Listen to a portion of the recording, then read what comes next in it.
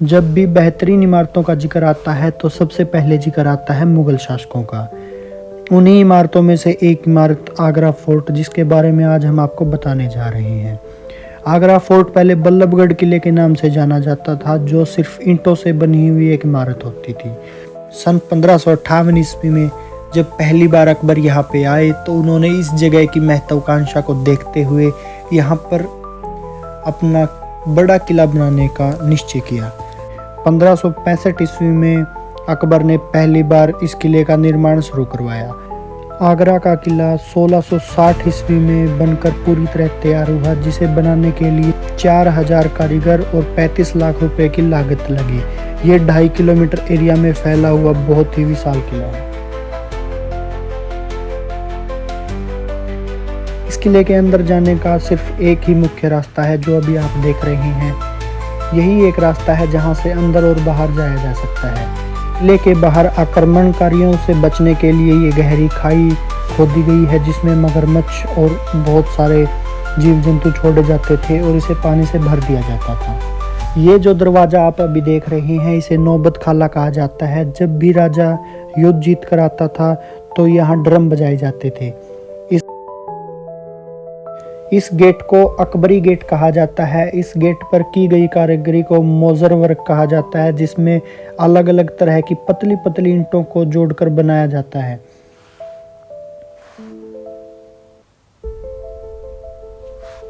जब बादशाह यहाँ से गुजरता था तो ऊपर खिड़कियों से दासियां फूल बरसाया करती थी। यहाँ से किले के अंदर एंट्री होती है।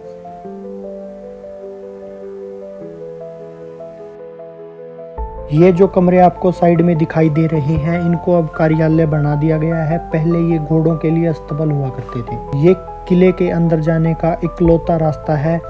यहाँ की दोनों तरफ की दीवारें खोखली हैं अंदर से। जब आप यहाँ पे ताली बजाओगे तो आपको उसकी गूंज अंदर तक सुनाई देगी। ऐसा इसलिए किया गया था क्योंकि जब यहाँ से दुश्मन प्रवेश करे तो उनके घोड़ों की आवाज़ अंदर बादशाह तक सुनाई दे सके। इन दीवारों में जो आपको ये होल दिखाई दे रहे हैं, यहाँ से जब दुश्मन की सेना घुसती थी तो उनके ऊपर गर्म तेल डाला जाता था।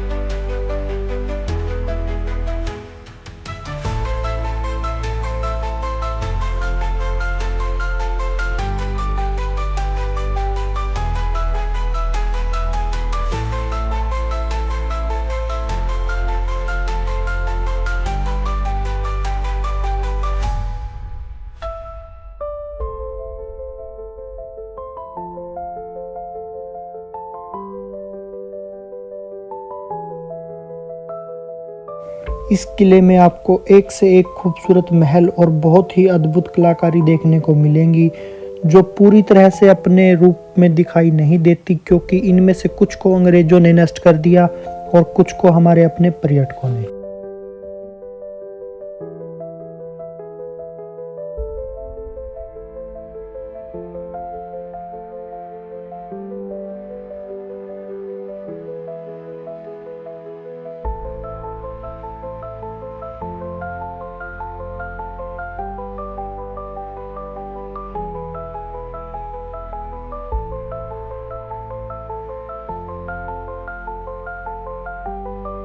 प्रजा की बात सुनने के लिए तत्पर रहते थे। ये जो अभी आप देख रहे हैं, इसे कहते हैं दीवाने आम। प्रजा की समस्या को सुनने के लिए बनाई गई दीवाने आम लोगों का अपने राजा तक बात पहुंचाने का एक अहम जरिया थी। यहाँ पर बादशाह अपने वजीरों के साथ बैठकर अपनी प्रजा की समस्याओं को सुनते थे और उनका समाधान निकालते थे।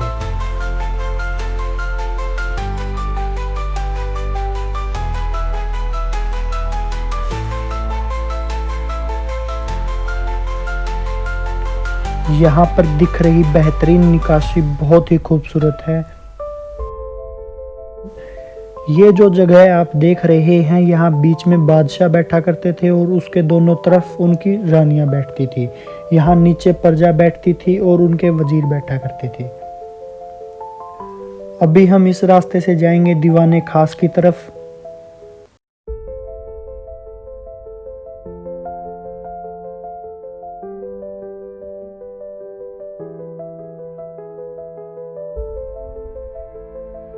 ये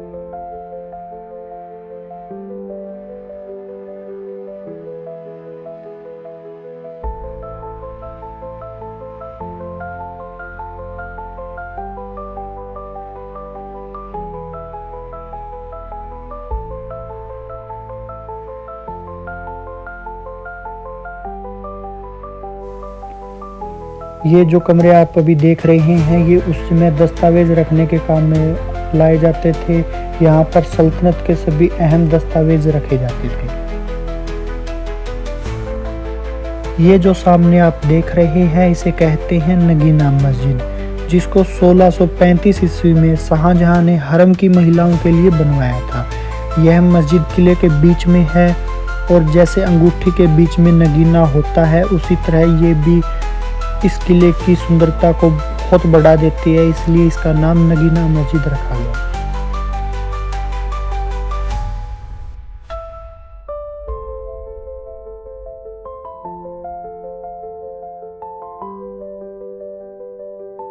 इस किले में किया गया सारा सफेद संगमरमर का काम शाहजहां के द्वारा करवाया गया था।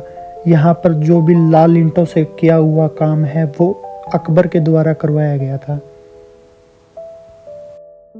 ये किला बेहतरीन निकाशी और बेहतरीन कारीगरी का एक अव्वल नमूना है। ये जो सिंहासन आप देख रहे हैं इनमें एक सिंहासन जहांगीर का है और दूसरा सिंहासन शाहजहां का। जहांगीर के सिंहासन के लिए पत्थर बेल्जियम से लाया गया था और इस तख्त को जहांगीर तख्त के नाम से भी जाना जाता है। जो ये आपको काले पत्थर से बना हुआ सिंहासन दिखाई दे रहा है, जब अंग्रेजों ने यहाँ पर हमला किया था तो इस पत्थर में दरार आ गई थी।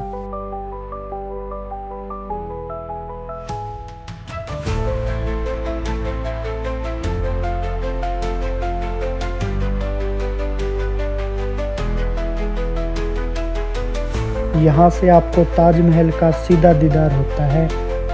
ये जो जगह आप देख रहे हैं इसे कहते हैं दीवाने खास। बहुत ही बेहतरीन सोच के साथ बनाई गई व्यवस्थाएं बहुत ही कारगर रहती थी, जैसे कि खास लोगों से बातचीत करने के लिए दीवाने खास, सल्तनत की अहम राय मशवरा करने के लिए बनाई गई जगह बहुत ही कमाल की कारीगरी और निकासी के साथ जो आप देख रहे हैं ये है दीवाने खास। यहाँ पर बादशाह अपने वजीरों और अपने परिवार के लोगों के साथ बैठकर अहम मसलत करते थे। इस किले से बहुत इतिहास जुड़ा है, जिसकी सबसे हैरान करने वाली बात यह है कि औरंगजेब ने अपने पिता को इस किले में 8 साल तक मुसम्मन बुर्ज में बंदी बनाकर रखा था।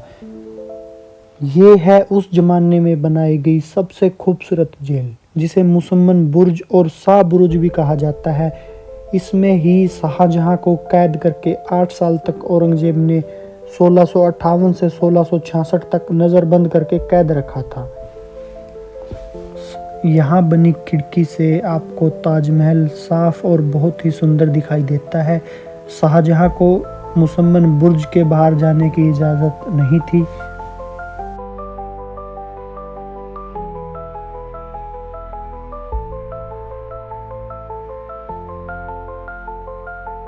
ये वो जगह है जहाँ पर जहांगीर ने चेन ऑफ जस्टिस लगाया था 1605 ईस्वी में। ये जंजीर पूरी सोने से बनी हुई जंजीर थी।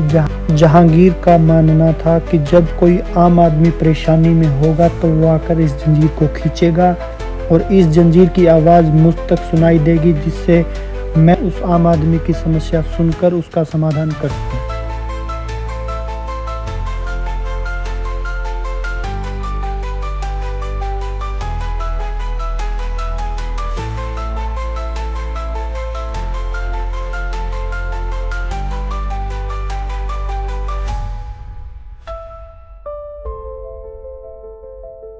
ये इमारत इस किले की सबसे महंगी इमारत है। इसको कहा जाता है खास महल, जो शाहजहां और मुमताज़ का बेडरूम हुआ करता था। यहाँ पर बहुत बेहतरीन निकासी की गई है।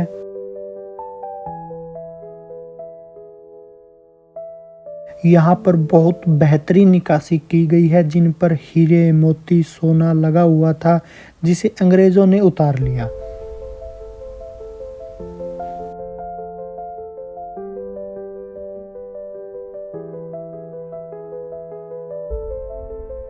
उस समय भी यहाँ पर फुहारे चलते थे जिनको चलाने के लिए पानी की टंकी को ऊंचाई पर रखा जाता था।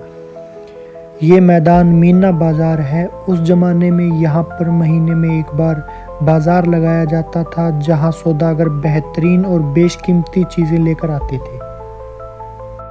ये जो महल आप देख रहे हैं, ये महल शाहजहां ने अपनी दोनों बेटियों के लिए बनवाया था, जिसे जहांनारा महल के नाम से जाना जाता है। इस महल को डोली नुमा आकार में बनवाया गया था। पहले इसकी छत पर सोना लगाया गया था, जिसे अंग्रेजों ने पिघलाकर उतार लिया और पीतल लगा दिया।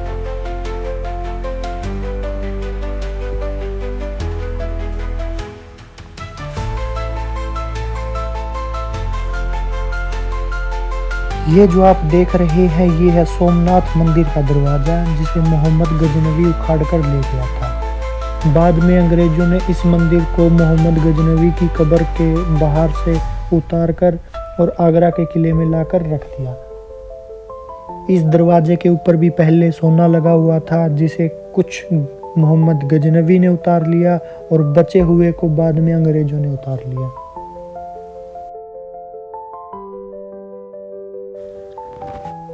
यहाँ पर आपको बहुत सारे जखोले दिखाई देंगे, जिनके पीछे बहने वाली यमुना नदी की ठंडी हवा यहाँ तक आती थी, इसलिए इसे जखोला महल भी कहा जाता है। यहाँ पर आपको दिख रही बेहतरीन निकासी बहुत ही खूबसूरत है। ये जो सामने आप महल देख रहे हो, इसे कहते हैं जहांगीरी महल, जिसको अकबर ने अपने बेटे जहांगीर के लिए बनवाया था। इसके दरवाजे को बनाने के लिए राजस्थानी आर्किटेक्चर का प्रयोग किया गया है, जो कि बहुत ही खूबसूरत दिखाई देता है।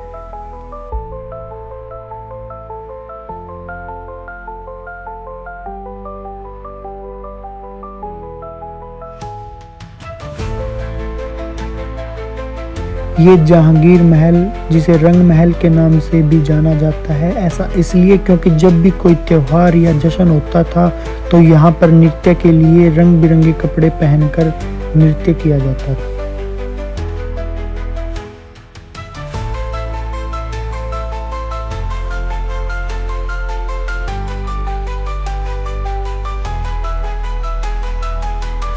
ये उस जमाने का डाइनिंग हॉल होता था जहाँ बादशाह बैठकर खाना खाते थे।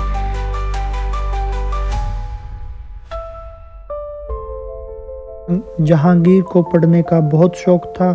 उनको 7 अलग-अलग भाषाएं भी आती थी, तो ये उनका उस जमाने का पुस्तकालय हुआ करता था।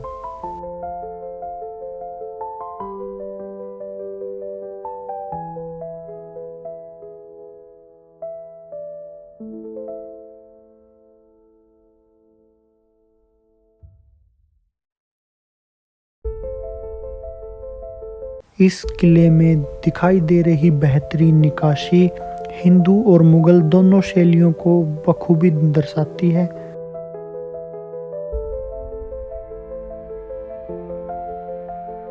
ये है जहांगीर का बाथटब, यानी कि स्नान कुंड, जो कि उनको उनके पहले जन्मदिन पर उनके मामा ने उपहार में दिया था।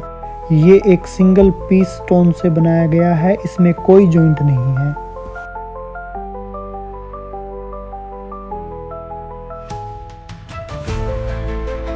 ये जो बगीचा आप देख रहे हैं, इसे अंगूरी बाग भी कहा जाता है।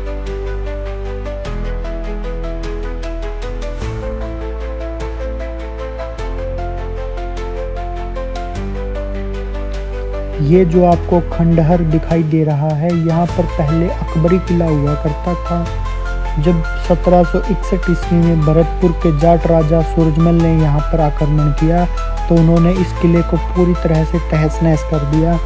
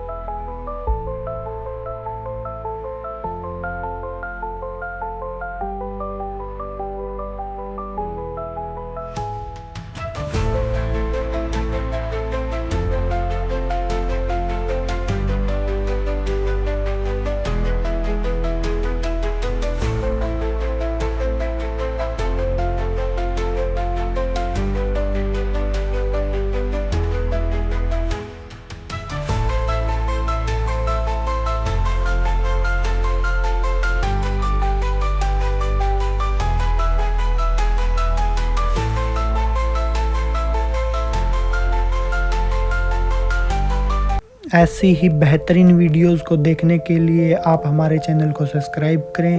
आपका हमारे चैनल पर जुड़ने के लिए और हमारी वीडियो को अंत तक देखने के लिए बहुत बहुत धन्यवाद। आप सबको मेरी तरफ से राम राम।